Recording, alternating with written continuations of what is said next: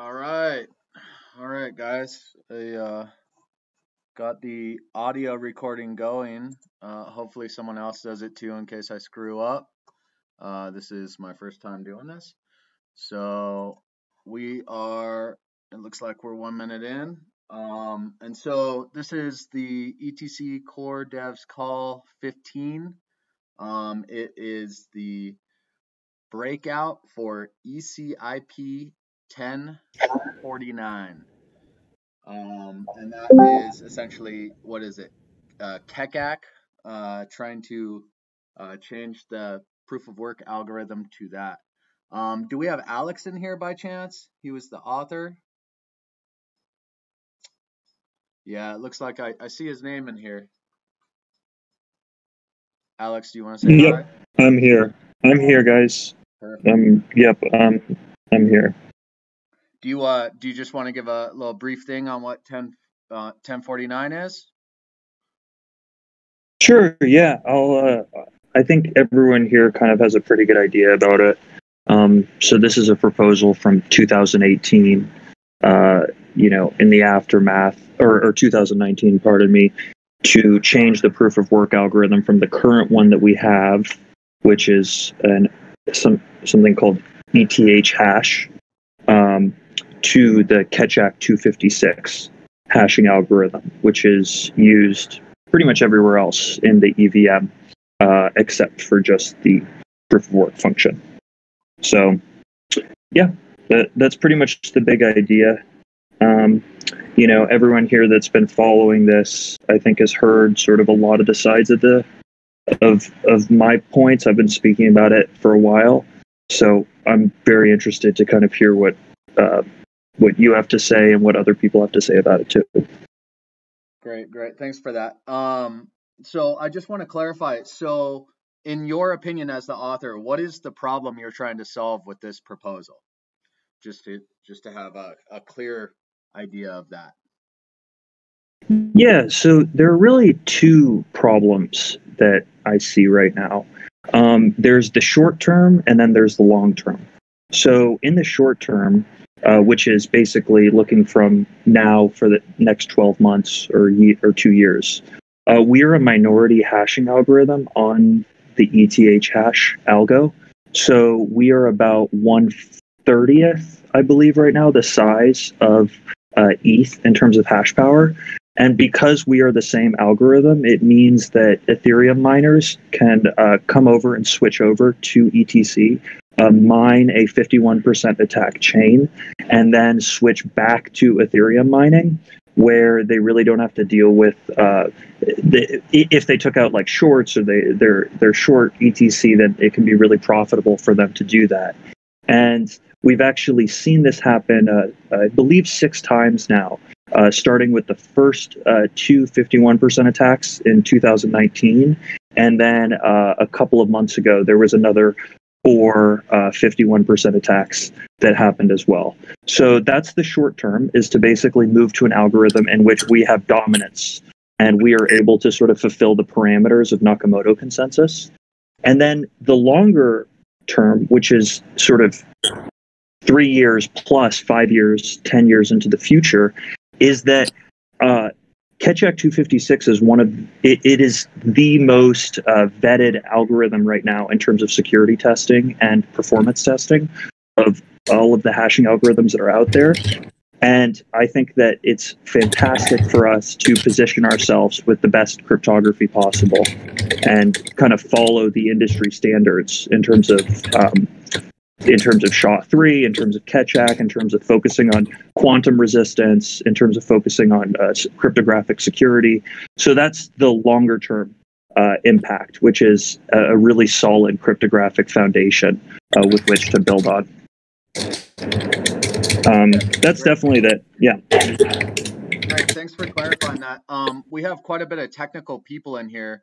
Do any technical people want to kind of speak up to those problems and whether 1049 is a valid solution for both of those problems Alex just brought up? We're getting feedback from someone out of this. I'm not sure who that is. But I'm does going to anyone mute. want to speak up to that by chance? Yeah, sure, I can speak a little. So in terms of the currently being a minority chain, that is certainly a valid issue. However, 1099 addresses that partially already, which already has blocks decided. So I'm not sure that's necessary. Would be my main one there. Oh, could you repeat that? I actually didn't hear that well. Oh, sorry. So in terms of the being a minority chain, that's sort of already being addressed by 1099 unintentionally when the DAG changes kick into place. That will break compatibility with ETH miners. I wait a second though. Let's just dial it back. How does that solve the problem that 40 terahashes, I believe right now, are on ETH, and we have 3 terahashes on ETC?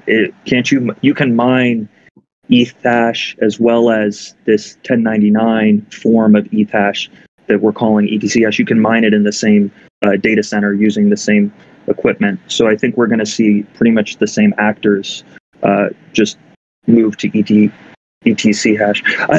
Yeah, but how does changing the algorithm address that? It's still going to be the same hardware mining at the beginning. Well, I don't necessarily. Maybe someone else on the call can sort of get into it. But I think Alex, let me jump in here. It's Henry. Yeah. Oh, hey, Henry. Good to see you on the call. How are you? Okay. Let me address it a couple ways. So on specifically with 1099, I don't think 1099 solves the problem of being the minority chain on the algorithm. You got to look at it in terms of total GPU population. And you've got something close to 8 million GPUs on ETH by itself. You can theoretically argue that anything on ETC is dwarfed by ETH. You can expand that further to say there's other GPUs in use that can also come onto ETC. So fundamentally, the couple 100,000 GPUs you have on ETC isn't going to be secured by increasing the population, because the amount of total GPU power that can come onto ETC is huge compared to what's here today, even with the 4 gig put in place. So secondly, if you look at it from a FPGA standpoint, each FPGA GPU is how many times the GPU? We're looking at 18 gigahashes over 300 megahashes, yeah, right? So 60? Yeah, something. So you can look at each FPGA being 60 GPUs. I wrote a paper on this on Medium, so you can just do the rough calculation and say if 10,000 FPGAs were to come onto ETC, you get basically, that's the equivalent of 60,000 GPUs. So that by itself makes the network very secure. And then you've got ASICs that can come on in the future, which is secured even further. You can use the order of magnitude of maybe each ASIC being 100 to 200 GPUs. Okay, I'm not super up to date with the FPGA situation. Does that hardware exist today? Yes, lots of. So there's a whack of FPGAs out there. FPGA miners are looking for a home. So fundamentally, the ETC will be the large chain available on FPGAs. So is there any way to prevent this from being very contentious? That would be my primary concern here when you're forking to an algorithm that supports completely different hardware away from the existing miners. Why would the current miners give up the current chain? Well, they wouldn't.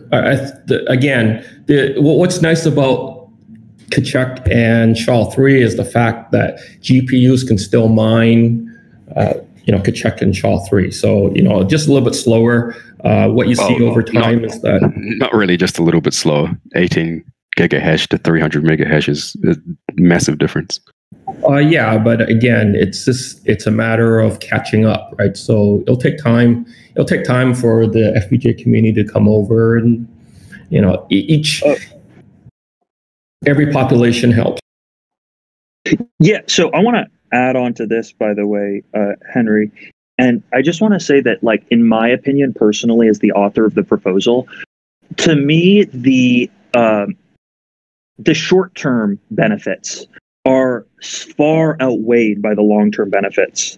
So when we're asking about why is it that people would want to come online and mine and support the Keccak 256 version of Ethereum Classic, the reason why is because the cryptography on it is going to be so good. You're going to be able to now do things like the Fly client, which, Zach Mitten, to his credit, he put in years of research into figuring this out and basically said that this is ready to go. We can verify, we can basically run full node style verification of the chain via a cell phone. But the only thing keeping us from doing that is the fact that we have to store 80 megabytes of DAG data that gets swapped every epoch. And I think we're on 500 epochs. And really, like, the point is that is completely unnecessary from a computation point of view. And I would argue actually reduces the security of the network.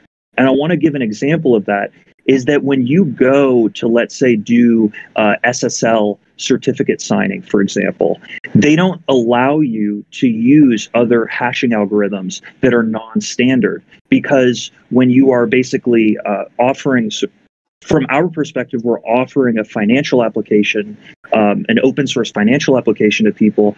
We need to be using the best cryptography that we know that we have access to. And the fact that Keccak 256 is used everywhere else in the EVM, we're talking about memory, we're talking about address creation, we're talking about hash tables within a Solidity contract. To me, it makes a lot of sense, and it really drives the value of ETC, because we can say, hey, we're using the best cryptography available right now to do our proof of work.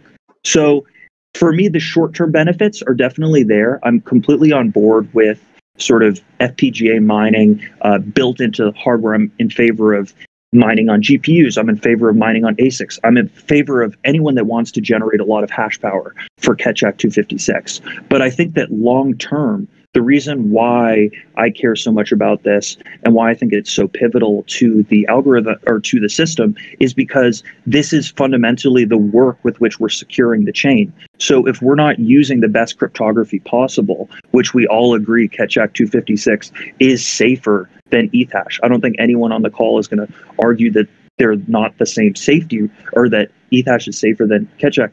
I think that it makes a lot of sense for us to move forward with Keccak and to stop spending our time trying to work with this legacy algorithm that, in my opinion, doesn't have the safety record to justify itself. That's the bigger picture. Okay, so I've read you.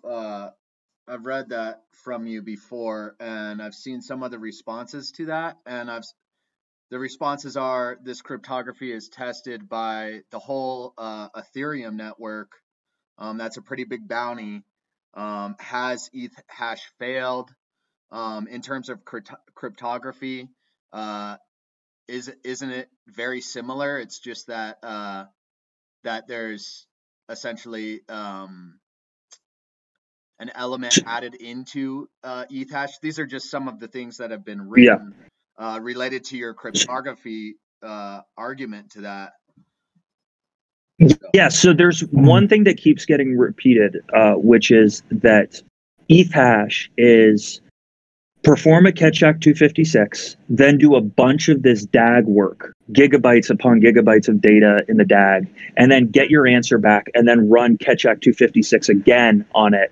And then, hey, wait a second, guys, isn't that the same as in security-wise as running Keccak 256 by itself? And what I'm going to say is that's totally false. Like, anybody with like serious cryptographic training knows that you can't just attach things to an encryption algorithm. You can't just attach things to a hashing algorithm and say, hey, it has the same properties. It's the equivalent of, like, let's say, for example, I take an airplane and then I say, hey, this airplane is rated as safe. And then I decide to put 500-pound lead bricks on the wings, and I say, hey guys, the airplane's rated as safe. Forget about the bricks. The airplane's safe. It doesn't work that way. So you're right in the sense that there has been a bounty on ETH and it hasn't been exploited yet. But in my opinion, we should be building for 10 years into the future and not just, what's right in front of our face right now.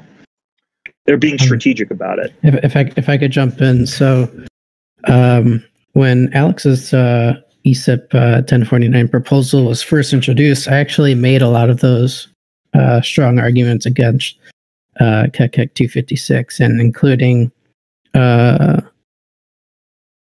explaining that ETH hash is a combination of Keccak 256 plus Dagger Hashimoto. And Alex, your analogy was pretty on point, because even the DAG, if you speak to some chip manufacturers, but there's still ways to explore how you can exploit the DAG.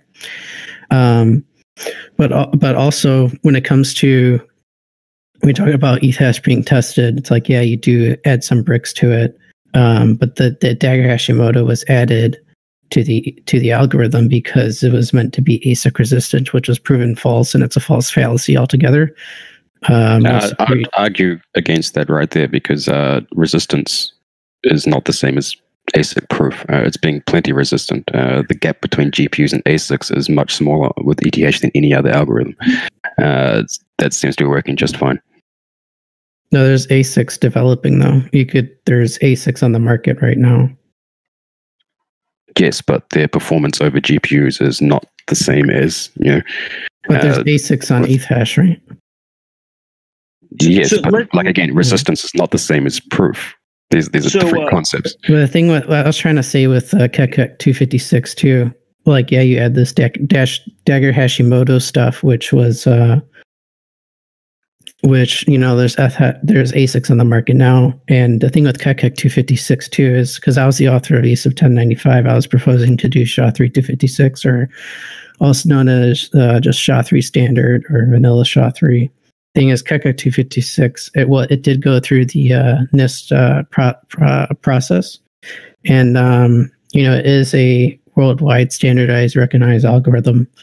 And as far as where mainstream, and the reason why it's called Keccak 256 is because they changed a very minimal parameter, like in the padding. So it's virtually Keccak 256 is virtually SHA-3, but you also have chip manufacturers. When you look at defense industry, when you look at cybersecurity and everywhere else, the market outside of crypto is demanding faster, efficient, and more secure hardware. And as far as from a business perspective and from a market perspective, if we were to follow that trend in cryptography for the next decades, we would have a lot of people who are building hardware for other purposes that could be applicable to our proof of work ecosystem. That's if we were to switch to Keccak 256.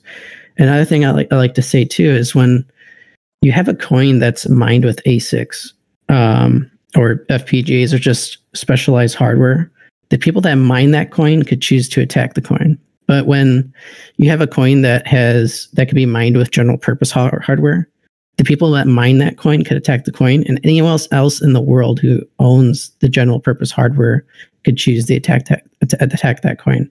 So that's why majority proof of work chains don't get attacked. And if we have more efficient hardware, we have less hardware that's arguably could be used for malicious intentions. Okay, just kind of on that point. So let's say that we did hop onto this new algorithm, and then we end up not being the majority chain. We're not the biggest fish in the sea on that algorithm. That definitely can happen. I mean, you guys are talking about 100 years in the future. There's no guarantee that Ethereum Classic will be the best chain on that. And so then I guess if that happens, are we in a situation where we've solved the problem of mitigating 51% attacks by migrating to a chain, or I'm sorry, migrating to a new algorithm? Or are we Yes. kicking the can down the road, and then if this happens to us again and we're a minority on Keccak, then do we have to change to a new algorithm?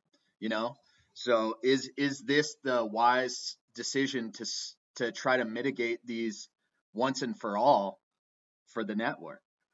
I think that's There's also going to be an issue there with if we did go in that direction, any chains looking for a new algorithm would probably be drawn towards Keccak because there's already hardware infrastructure in place for them to adopt instantly, as opposed to developing their own ASICs and such.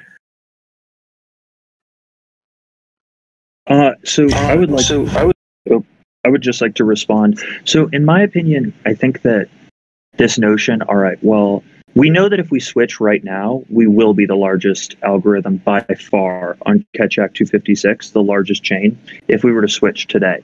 And when you're looking in the future, I actually totally agree with you in the sense that it's possible in the future that another chain could select Keccak 256 and then grow faster than Ethereum Classic and become, the majority, and then we're back in the same position.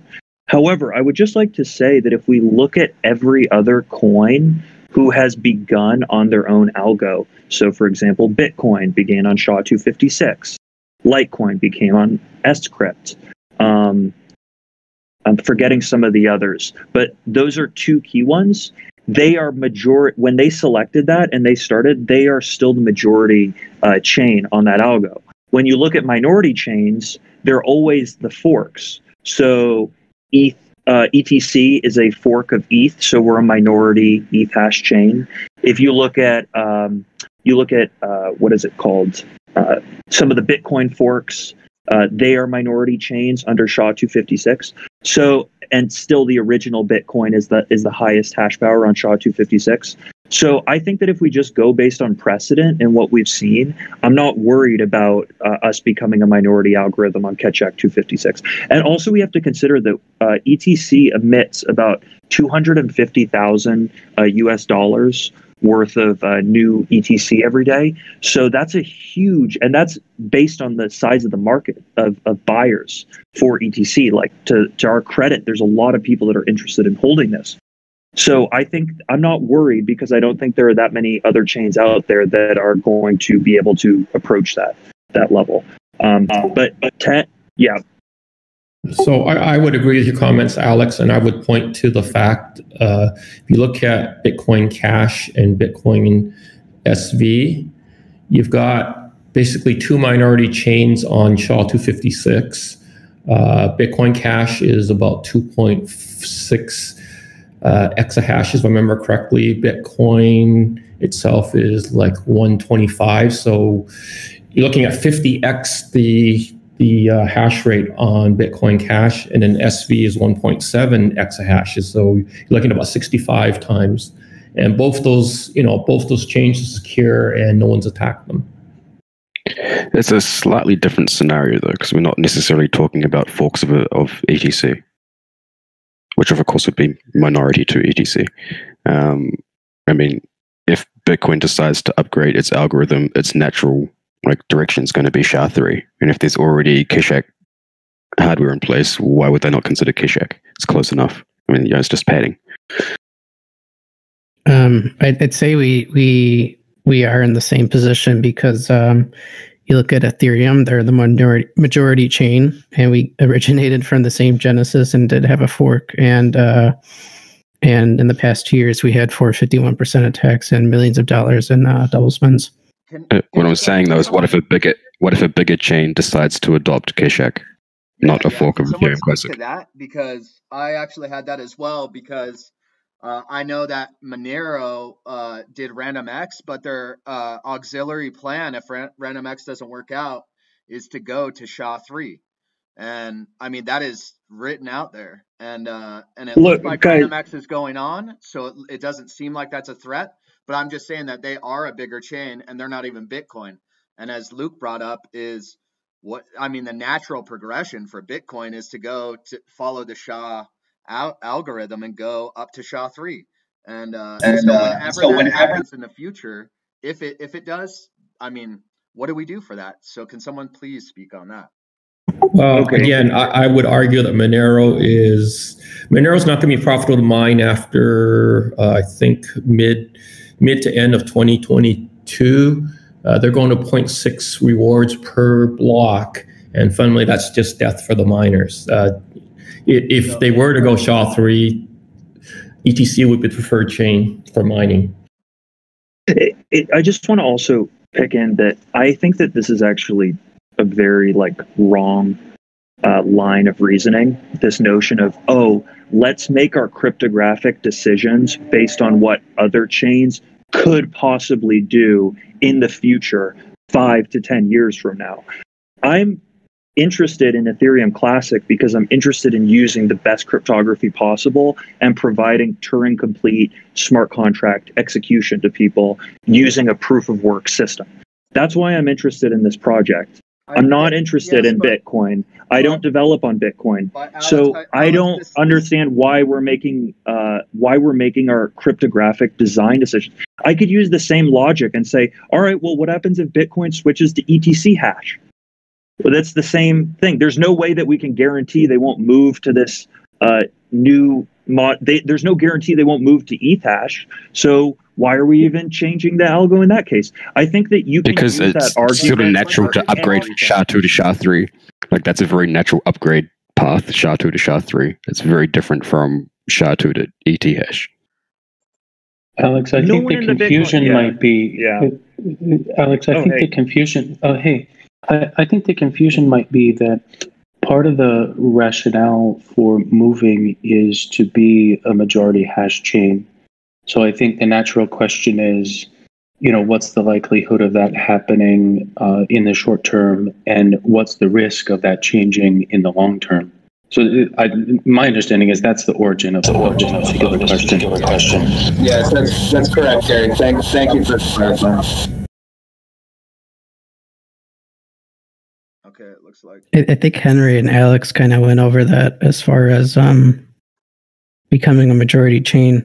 So the thing is, if we don't want to become a majority chain, with the people, I guess the people who are skeptical of switching the algorithm to Keccak 256 or anything for that matter, would you guys be wholeheartedly for pursuing a majority chain status?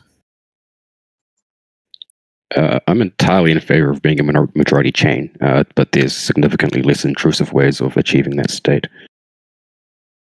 Being a majority chain would certainly be nice, but it's not really necessary. Any attacker can only commandeer a very small fraction of the hash rate of any larger chain. So it doesn't really matter if, say, ETH has 10 times the hash rate of ETC. Even if they can only commandeer a few percent of that, that's not enough for a 51% attack. So you only need to look at that part of the total hash rate that they can actually control. Any miner that is just set on ETH and doesn't use, say, nice hash or any of that, those will not change, and they will be out of the reach of those attackers. So it doesn't matter that they have a lot more hash rate. They're harmless. They don't bother you. So. Can you say that after we've had six 51% attacks? Those went through hash rate brokers, which control that small amount of movable hash rate, which is exactly the problem, because ETC is so small that even that small portion is sufficient to do damage. So. What happens there? What happens with the weak protection that ECIP 1099 offers is that while you still could attack using the same hardware, you would need to adopt your software to do so. So a normal miner doesn't have any incentive, even if they're using nice hash. Why should they support such an attack, right? So you would use this portion of hash power available for attacks much further. So that's why I believe that even this weak protection will be sufficient. This would change if NiceHash decided to implement a switch from their end. But they have already argued that that they are not interested in supporting such attacks, but that they were unable to prevent them because to them everything looks the same. So if they implement such a switch on their side, then they would clearly, despite being able to distinguish this, support the attack. So that would be a serious inconsistency, and it's unlikely that anyone would be doing this. All right. So let me see if I understand your reasoning here. You're saying that by switching from eHash to this new one. Excuse me. Hey, if you're not talking, can you please mute your mic? Thank you. Okay. So you're saying that by switching to this new modified version of eThash, what's going to happen is that NiceHash, which is just some third-party website, which, in a trustless system, should be able to conduct business in any which way they want. I actually disagree with you guys who are trying to get angry at these people because they're running a legitimate business. You're saying that, they're not going to add a button for ETC hash, so therefore we're protected. I mean, in my opinion, that's just like such a weak reason. And the fact that we would basically give up on the chance to adopt the best cryptography that we currently know of right now, that is the financial standard besides SHA-2. Those are the only ones that are allowed for like serious financial transactions or aerospace transactions. We're going to not go that route because NiceHash won't add a button on their website for ETC hash. In my opinion, that's just not a roadmap I want to participate in. I think it's a waste of time. I think that there's no reason why people should want to work with ETC when they're not using the best cryptography possible. It's like trying to build a huge building on top of a weak foundation. The cryptographic strength of the hashing algorithm is the whole show here. That is the most important thing possible. So I'm sorry, I just find these reasonings completely unconvincing. And plus, you're a guy that's making ETH ASICs, by the way. The guy who just said that. So, in my opinion, I think it's just so unfair, too, to all the people that you deceive into talking about this ASIC resistance thing. While at the same time, you're making ASICs, too. So, we don't know that it came from NiceHash. It could have come from your lab, your research lab. There's no way to tell. All right. Calm it down on that. Yeah. Let's try to not get too personal. I like to talk about the rental hash platform. So one of the things, especially with hobbyist miners too, is because everyone's concerned because there's so many GPUs and hobbyist miners, especially on Ethereum, and when the 4 GB limit hits, one of the big questions is, hey, we're going to repurpose my GPUs. Now they could repurpose them on probably Ethereum Classic, but still a lot of those use those rental hash platforms and the service they provide because NiceHash, not only can you buy hash rate, but you also could use them to provide hash rate. And you're going to have all these cheap GPUs that are already on these rental hash platforms. And, one of the concerns when you open up Ethereum Classic is you're just going to make it available to all this cheap hash rate. So it would be in like the financial interest of these financial platforms to support ETC hash in some way, because it's not because ETC as it stands, it's still one of those coins that are more profitable to mine. So, I think once those rental hash platforms come back online, and the DAG comes back, we're still gonna, I feel like not switching the algorithm and while we pursue all these other temporary solutions, it's still kicking the can down the road under the assumption that we're just going to inherit all the mining resources from Ethereum. But I don't believe that pursuing a minority chain status and trying to I don't think pursuing a minority chain status is going to be great for our security, and also as far as competition in the market. If we're going to follow Ethereum in that way, then I think that's going to not be good for ETC from in the market from a security standpoint, and also from just a business standpoint. Like you want to be competitive in the market, you want to be enticing, and you want to drive value for everyone building on the protocol, everyone participating in the mining ecosystem, making good competition. But yeah, I think the Keccak change would provide a lot of that value and just make the protocol more enticing in many ways. Okay. Anyone have any response to that? Yeah, I think the proof of work algorithm isn't really something that's of interest for most people. I mean, it's of interest for miners, and it's part of the fundamental architecture, yes. But people who want to build upon a coin, who want to write steps or so, and build other solutions on this, they will just assume that the proof of work infrastructure does its thing, and it doesn't really matter to them how it does it. So I don't think it's that important what precise algorithm is in there. People don't have expectations on this. Obviously, they expect it to deliver the functionality that it is supposed to deliver, but beyond that, they don't care. Also, regarding the argument of totally false, by the way. You keep saying people don't care about it. IEEE did a report assessing all of the cryptography of the major blockchains.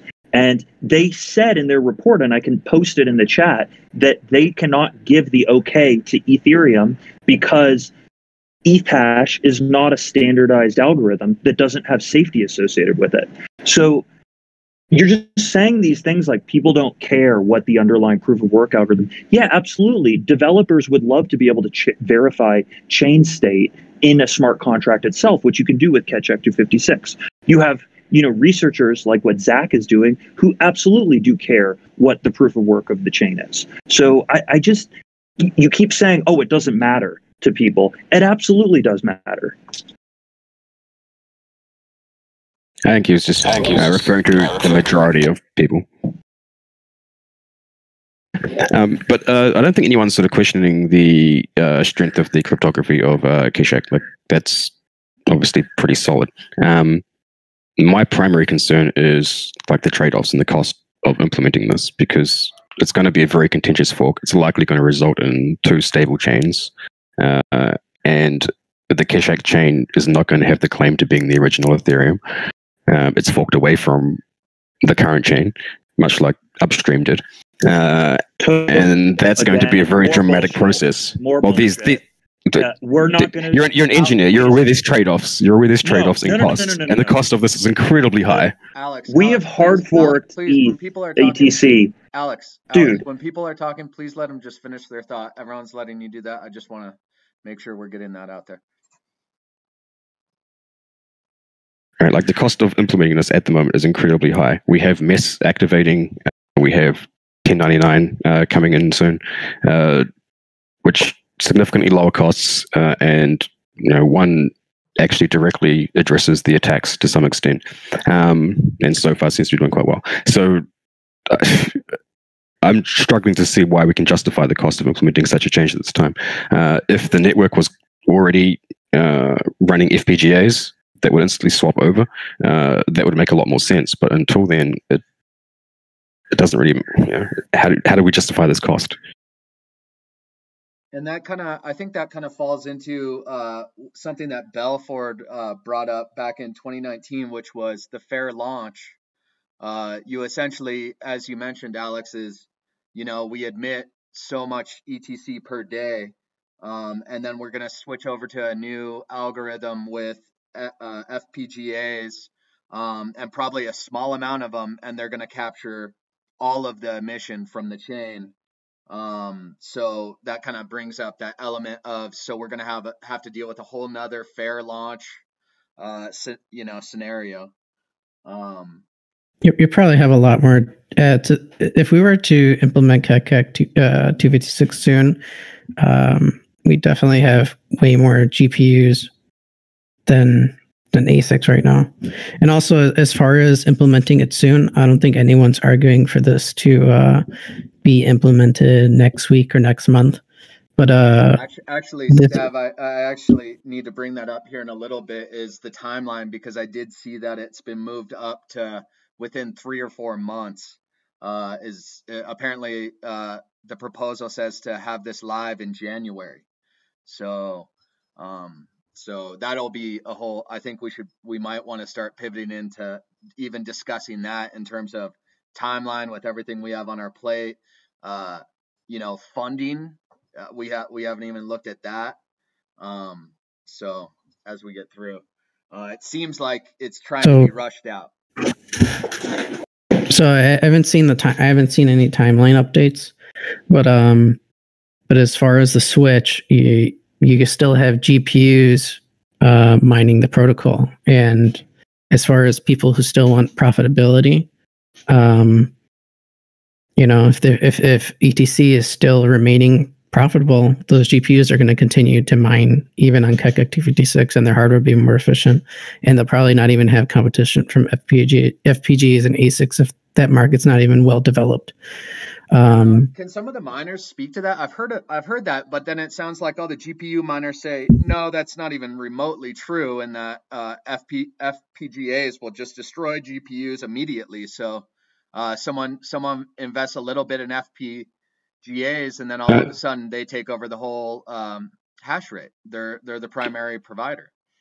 Yeah, well, the numbers given earlier showing like, what was it, 18 gigahash versus 300 megahash, that would back up that miner's opinion.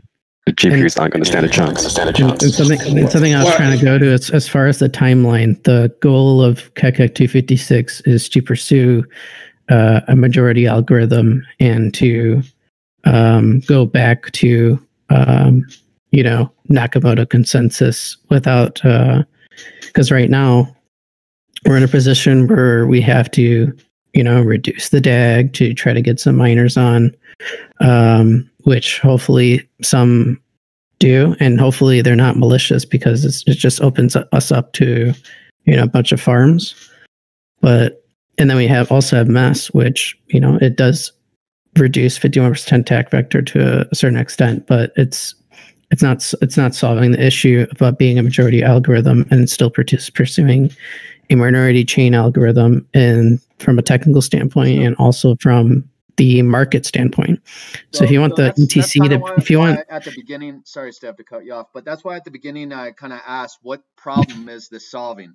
So is it solving we just want to be a majority on a chain? Because we can never guarantee that, we can go and switch to any algorithm, and then we will be anyone that's empty, but we can't guarantee we'll always be that. So I thought that the whole reason for this proposal was to try to mitigate 51% attacks.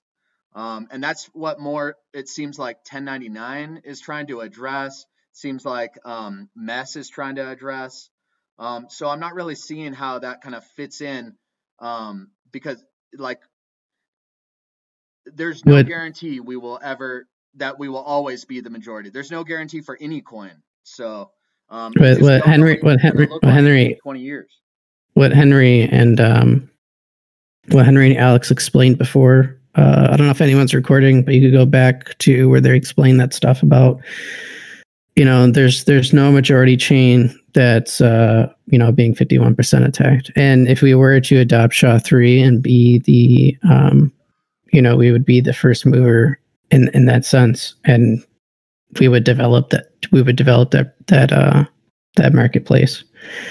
You see Bitcoin, Litecoin, you see all the other minority chains, they've all been, plenty of them have been 51% attacked. And some of the ones that are so low in the hash rate, it's just near unprofitable to even dare to 51% attack them, because there's no value. In Ethereum Classic, there's a lot of value. And that's why we had 3 51% attacks in these past 2 months, and look, just a few hours, it's multi-millions of dollars. a value that someone can extract from in a malicious way. Okay. Or double spend. Something I wanted to ask was, I believe, is it Zcash that did this? That went from, what were they? Equihash, I believe, was their algorithm, and then they moved to ASICs. Is that right? I believe that's the case. Correct me if I'm wrong. But that was my understanding. And then what ended up happening was the incentives for the developers changed from the Zcash community having, and the users, the developers having a bigger voice, to all of a sudden, the network was just kind of working for the ASIC farms, and then kind of just making sure that they're generating money. So I think that's another concern that I don't think we've talked a lot about, but it kind of, what's the incentives change when we make this big move to a different algorithm. And specifically when we move, it's really the hardware. When we move to ASIC hardware, they may become kind of the people that are the overlords of the whole chain. They'll have all the inflation, so they'll be able to pull a lot of strings. So I don't know if anyone has any thoughts on that, but.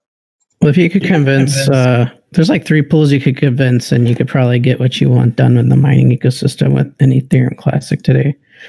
But yeah, as far as the too centralized right now, I agree. As far as the overlords, I think that's more of a values argument than a technical argument.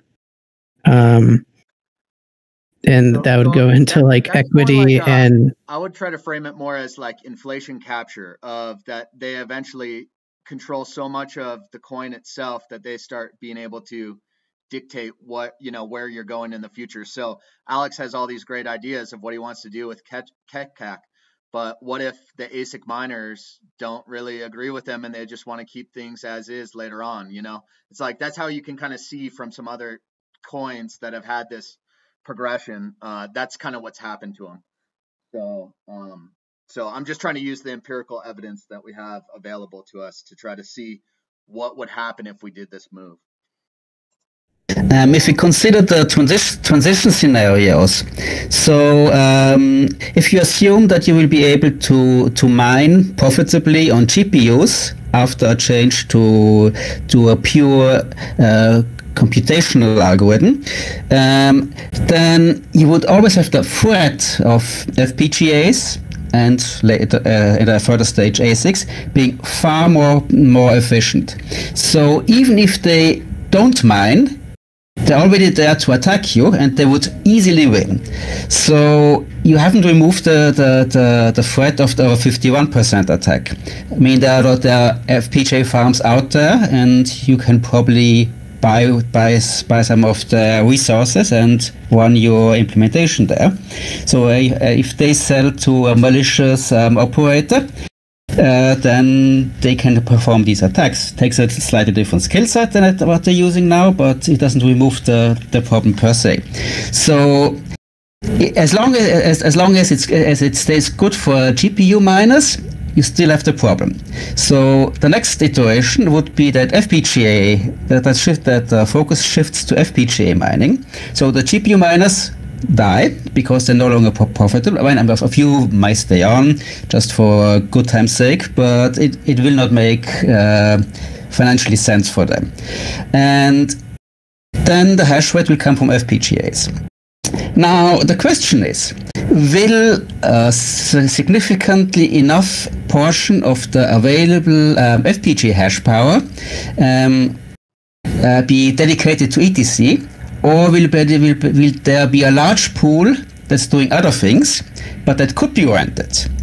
Because in this case, again, you still have the 51% attack scenario, because the attacker would then just rent some of the other FPGAs that are not being used for ETC. So FPGAs are very flexible. They can do a lot of different things. They can't do ET hash very well because it's memory bound, and they're better at compute bound things. But as long as it's just algorithm changes, that's fair game for them. So again, you haven't eliminated this risk. You can eliminate it only if you move to completely dedicated hardware, which would be the third step, dedicated ASICs, which would then obsolete all the FPGAs. So it's unlikely that anybody would build an FPGA farm just for the purpose of mining ETC and implicitly also stabilizing ETC, because they would know that as soon as ASICs come, then this farm will be obsolete and their investment would be lost. Like with an upcoming algorithm change, people would stop investing into GPUs if the expectation is to mine ETC, because obviously the GPUs will be obsoleted as soon as more efficient hardware is being used. So all this only works if you reach the end point of the development, and also with ASICs you probably have several stages. So it's making an ASIC that can only do computation, that doesn't have to solve the memory hardness problem of ETH.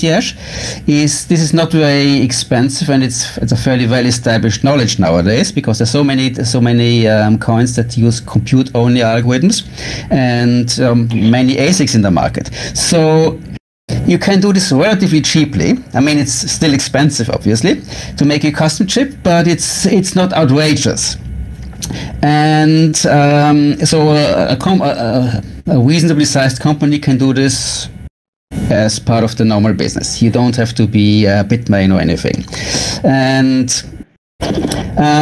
so what happens then is that you're likely to get a first generation of ASICs, which will use a low-cost tech node, which means a low degree of integration.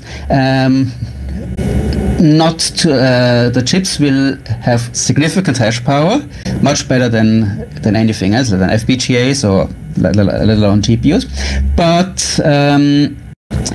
they will not be optimal, and also the key factor is usually power efficiency. Also the hashes that you get for a certain amount of energy will be relatively low compared to what technology would allow you to do. So you have a first generation of ASICs, and if people buy them, that would then basically stabilize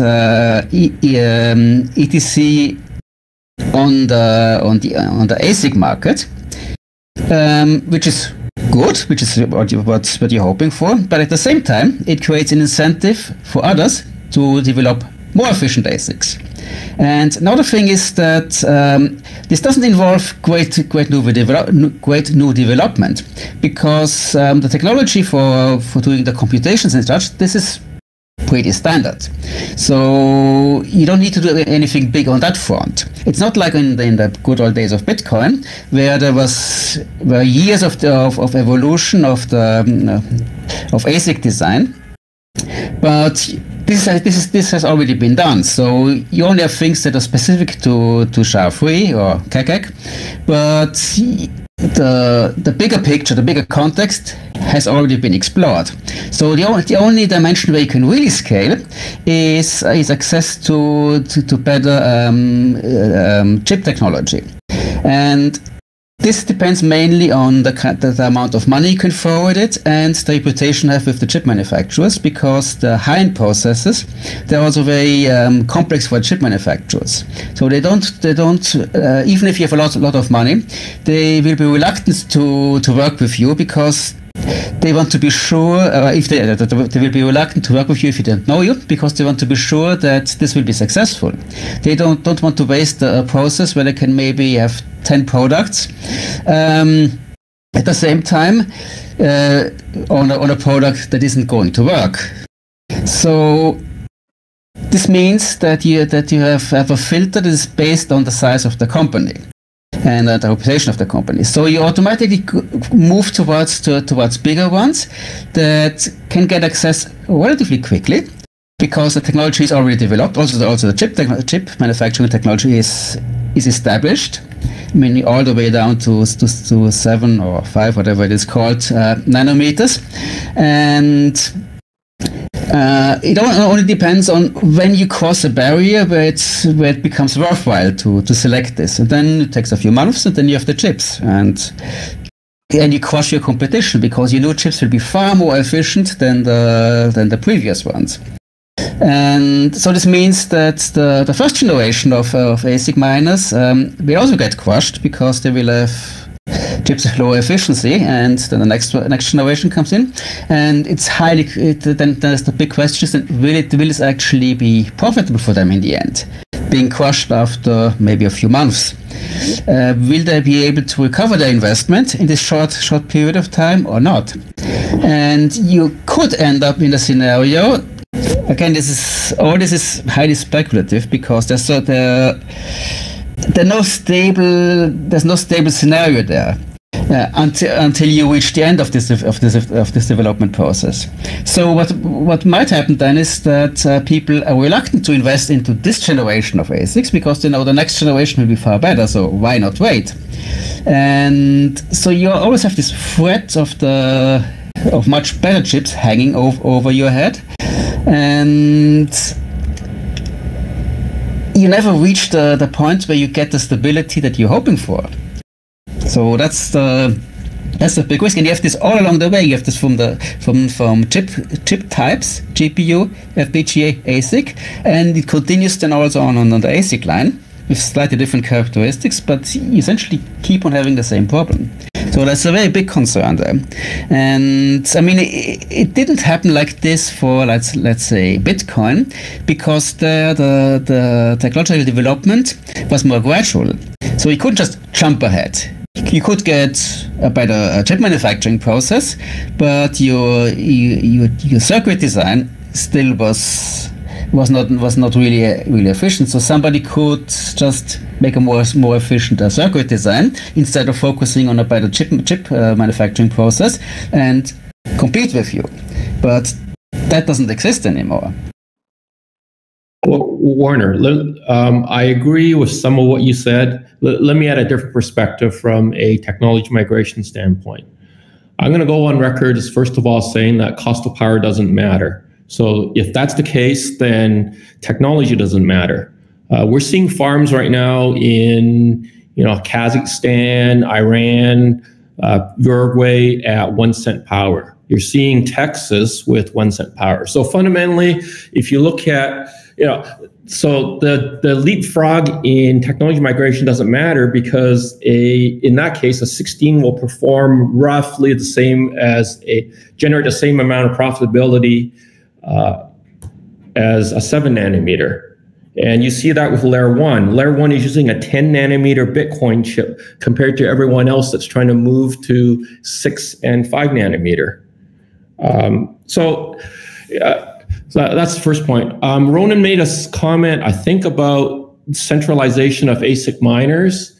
I would point to the fact that ETC is too small to try and centralize. As an ASIC developer, you're probably going to make more money selling into the ETC mining community as opposed to just keeping the products for yourself. Typically price the product at somewhere between 6 months to 1 year mining ROI. And so from that standpoint, you're getting a much faster ramp and return on your money selling to ASIC miners. Okay, thanks for answering that. Both of you, thank you so much for putting in that detail. You knocked off so many of my questions on my list here. Just on that point, what's the current issuance of Ethereum Classic each day? Alex, do you happen to have that figure? I think that you had quoted it earlier. I would say I think it's around $200,000 last I checked, which is it's 3.2 ETC per block, and we have a block every 15 seconds. So yeah, I think it's somewhere in the range of like $200,000. Could be less now recently. And in terms of number of ETC, I think it's probably like 20 or 50,000 of them, or 100. Yeah, 50,000 of them, or 40,000. And Warner, just as a very hard question to answer, I know, but how much would you estimate would go into R&D for a first-gen ASIC of Keccak? I would expect that, If you do it in the traditional way, I would guess maybe with a budget of about $1 million, you should be fine. But I don't really have the financial details of all this. There are also there's something else that some chip manufacturers are offering options they're trying to attract startups to make their own chips. So they're offering programs where you get chips relatively cheaply, but then the per chip cost will be higher if you make larger volume. So they recover the cost like this and reduce the initial investment. So with that. I'm assuming that R&D includes the actual making of chips. If you're just talking about the circuit design, I would say that's about. First of all, you need to be familiar with the technology. So you need to know how to you need your Verilog, and you need to have the tools. You need to have the backend, which is basically the mapping of your logic to a chip design, to the actual basically like making a PCB. And this would be, I don't know, maybe 2 months of work. Depends also. There's some integration issues. Like, for instance, you need a controller board or a controller that you integrate with your ASIC board that performs the management tasks, which distributes new jobs, collects the results, submits them either to an intermediate system a PC or something that you put up, or sends it directly to a pool and such, for all of these things. So, but also assuming that you've already done this, that you're already familiar with those things, then this is just an adaptation of an existing design. So it shouldn't be a big deal. Maybe you can even use some existing hardware that you've used in a different project.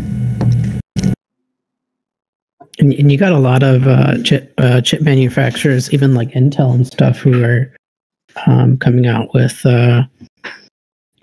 chips that are, they've been tested on the SHA-3 spec, and because of the mild parameter difference, I'm not sure if you can use stock CPUs from a chip manufacturer and run Keccak on those with no issues, I would assume. Henry, do you have input on that question by chance? The R&D question? Yeah, I think that we could probably do a chip in 6 months. Let me stand corrected. We can probably deliver a system on market in 6 months. Fundamentally, what we would do is leverage our existing infrastructure. So we use our standard boards. I would just redesign the ASIC. That would probably take about 2 months. To get the chip back from the foundry would be probably 45 to 60 days, probably closer to 45 than 60. We can reduce our board risk by using our standard boards that we use on the side coins and make the chip pin compatible. And would you reuse our MCU? So, inventory would be safe from that standpoint. I think most of the other vendors that also have existing infrastructure for, ASIC miners could do the same technology. So that it's a fairly safe product ramp. You can say that, if we're really aggressive and really lucky, we could probably hit 5 months. If we're unlucky and we have to do a spin, then we might be looking at 8 months. But, somewhere in the 5 to 8 month neighborhood. Okay. And what kind of cost would you put on that in terms of expenses to do the R&D and make it and say produce enough units to put together a farm? Well, you kind of look at where ASIC miners are today, and I would use I would probably use, don't peg me to the number because it really depends how many ASICs you stick in a system. But I think a safe, a good number for an ASIC miner is somewhere in the neighborhood of $1,000 to $2,000. You can look at the Bitcoin being a proxy and say our costs are going to be less than Bitcoin, but our volumes are lower, so it nets out to about the same. Does that answer your question? No, to some degree, yeah. So my concern there is with like $92,000 being issued a day, there's certainly plenty of incentive to not sell the ASICs. I highly doubt that. It just, you're going to get basically one manufacturer can't garner enough of this to make it worthwhile. There's going to be other, I suspect that there's probably a couple manufacturers that are going to offer product. So I would say, Alex from Bitfury's been pretty active in the forum, so you can assume they're going to put one out. We've been watching the forums and participating, so you can assume we're going to put one out. Bitmain's probably going to put one out. And so fundamentally what you do is if you divide by 3, then each one of us is going to make $10 million holding it. So we're much better off selling into the community than to mine ourselves. Great. All right. Combo. Anything else on that type of on that line of thought? Does anyone have anything before I'm going to pivot over to kind of timeline and developer funding, those type of issues?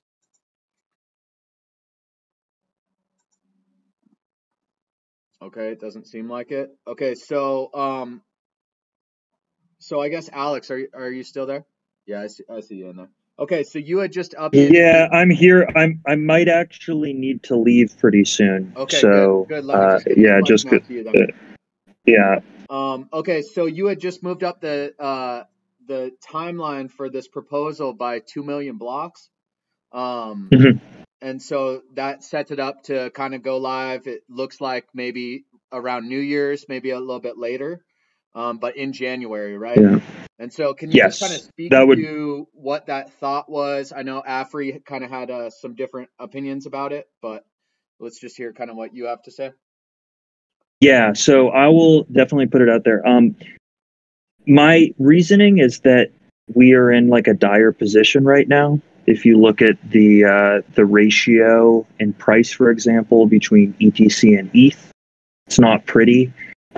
It is currently unusable from a DApp perspective to actually use ETC because it's extremely difficult to get money in and out of exchanges.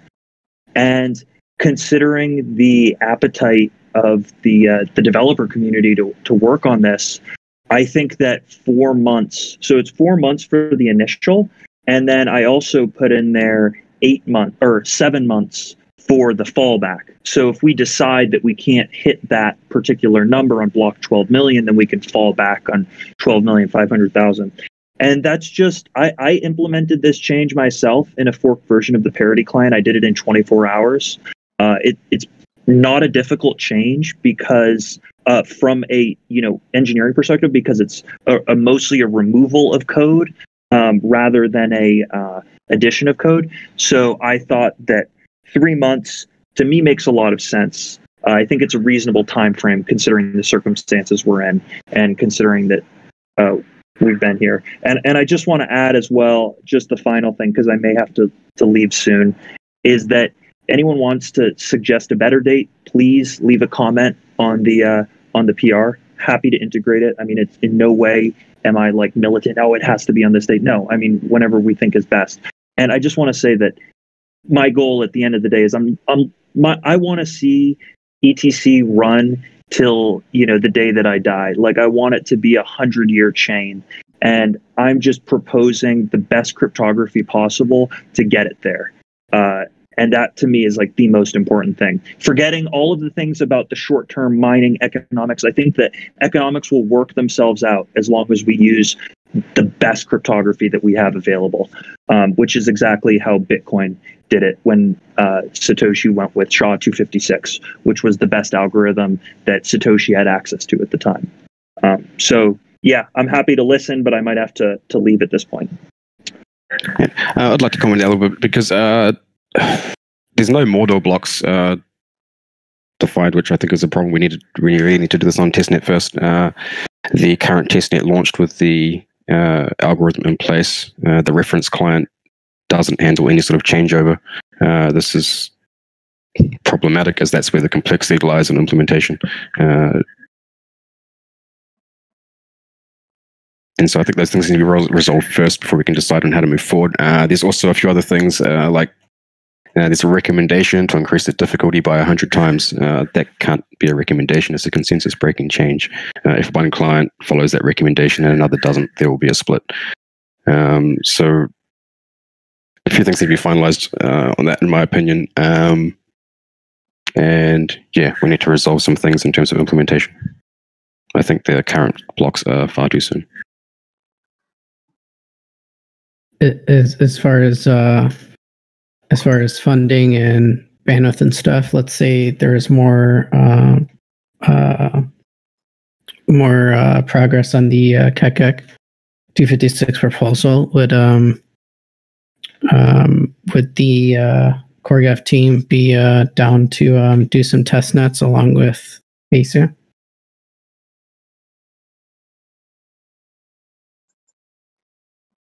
Sounds like that's a question for ETC Core from ETC Co-op. Anyone want to answer? Sorry, can you repeat the question? Let's say the Keccak reaches favorability as far as that proposal goes, and besides the date, let's say that's pushed further down the road until an implementation is made. Do you think the CoreGAF team would be down to do a Keccak 256 testnet along with Besu? Yeah, I mean, if we're moving forward with the proposal, then we'll need to do test nets to make sure all the clients' implementations are compatible with each other. Kind of on that topic is development funding for this proposal. Yaz, when he was part of ETC Co-op, was mentioning that this proposal was underfunded and that it likely needed a treasury to fund the development, which would make it treasury dependent, which might be a contentious hard fork in itself. So I think that's a big question mark, is where is the funding for this proposal coming from currently, and is it treasury dependent?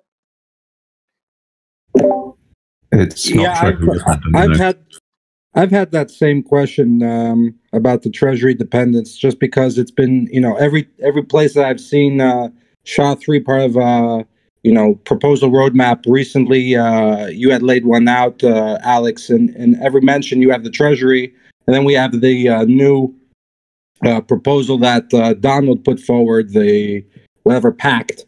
So all of those mention the treasury, and that's why I've been a little quiet, because all of a sudden it seems that if I have an opinion on changing an algorithm, that also automatically means I support the treasury. So I think that's a very good comment. So yeah, Bob here, they're not coupled.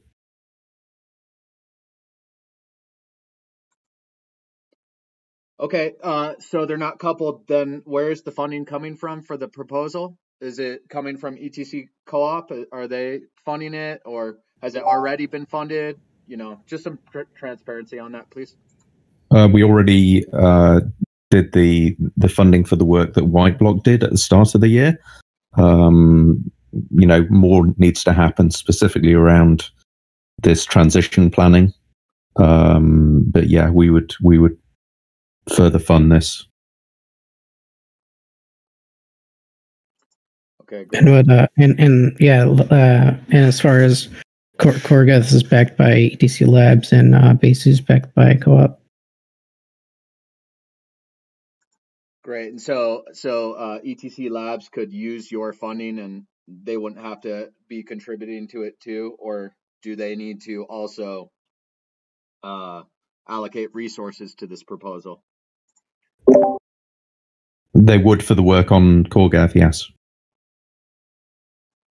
Okay, so where do they stand on it, I guess, is the question. They're willing to do it if there's consensus for it. Is that what Luke was saying, or is that a different story? Maybe Terry's in here if Terry has an opinion. Yeah, I don't want to put the cart before the horse. If the community reaches a consensus on the proposal and the timeline, and we're maintaining CoreGAF, then that's exactly what we'll do. We'll have to. Okay, great. It's great to just have that verbal confirmation that you would just kind of float with what the consensus was. So that's great. And then, so I guess that means that if we did adopt this in terms of nodes, we would not lose Besu and we wouldn't lose CoreGAF. I'm not sure if anyone from Mantis is here, if they'd be willing to integrate that. I don't recognize any other screen names, but if someone... Well, I just want to make sure that, again, we're not putting the cart before the horse. You know, I've heard a lot of different opinions on this, and I've heard some talk about a potential fork. So I don't want to represent things now as consensus. I think let's just keep that in mind. I think we have some more work to do to get to a place where everybody feels comfortable about the proposal. I agree 100%, Terry. I'm just trying to make sure we kind of have a full picture of, if we did achieve consensus, how this kind of would unfold for all of us. Because I agree that it seems like there's quite a bit to iron out. As you saw, that was about an hour conversation just about, does this solve a 51% attack? Does this migrate that risk away? And I don't know where we stand on that, but there's a lot of opinions out there. Well, it's more to pursue majority chain status, which is related to 51% attacks, but it's not for the immediate need right now. Immediate as in arguably January, but and also you mentioned Mantis. So Mantis gave their they posted that update, that weekly update, and I think they're going to be bringing that client up to date. So I wouldn't see why not they would also follow consensus too. So that means Korgoth, Besu, Mantis, and if we could do things with good consensus, we just have to work together. Could someone update the proposal with the majority chain motivation, as it's not currently in there? Yeah, that's been another thing, is that the proposal was updated just a couple days ago, so it's kind of hard to keep track of exactly what this proposal is as it keeps changing. That's another thing that I'm a bit concerned about, is that the proposal keeps evolving, but next week, I believe, is the first time that it can be changed to accepted status, and I have a feeling there's going to be quite a push for that. So, sitting in last call and doing all these changes sounds fine. And I'm for that. Maybe we decide that this needs a little more time to percolate. And it stays in last call for a little while longer, opposed to trying to rush it through. That's kind of also with, in terms of that conversation with the timelines on, when we're activating all of that. That's just my opinion on it's really hard to follow this one because so much has been changing on it. So my opinion. So yeah, it's fairly obviously not ready to go to accepted state yet, because there's all the answers that need questioning, the questions that need answering about the transition path and so on. So I'd personally be in favor of holding it in last call for probably a few more months. Okay, that kind of taps into one of Warner's comments, which was to leave this in last call, see how 1099 works. I believe 1099 is going to be implemented. I don't think that there's much objection to that. Please correct me if I'm wrong there. I haven't followed it as closely as I could. The latest Korgoth release includes the Mordor block defined, but the mainnet's still left out for now. But the implementation is good to go. Okay, and then my understanding is that MES was also added to Korgoth. Is that correct? Yes, the latest release has the mainnet block defined, and you can override that either to a block that's already occurred or a block long in the future if you wish to disable it. Okay, great. So that's kind of like MES is, if they update their client, MES is working tomorrow or today. And then 1099, what is the activation date on that? Do you know like the human activation date on that? On mainnet? Not off the top of my head. Okay. It's not defined. Oh, it's not defined. It's just testnets right now. Okay, that's yeah. Okay, I got you. The block's defined in the proposal, but it hasn't been implemented in the actual client yet. Oh, I see. Okay, cool. Okay, so that was kind of Warner's suggestion was, maybe 1049 gets steam if these things don't work out. Kind of suggesting to leave 1049 in last call to iron out these details. And then, that's kind of my notes on the thing. I think that was really good conversation. If anyone else, I'm going to open it up. We still have about 40 minutes that was scheduled. We don't have to take it all, but if any of you guys have topics, feel free to just get them out there and get them on record on the recording, and then then the public can digest it.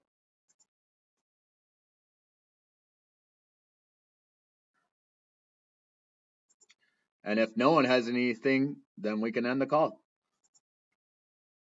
Thank you for hosting this. Turned out it's an awesome conversation.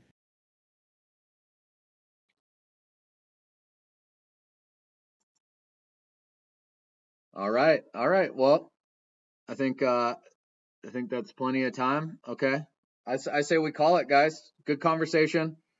I appreciate you guys showing up. Thanks, everyone. Awesome. Thanks, everyone. Thanks, everyone.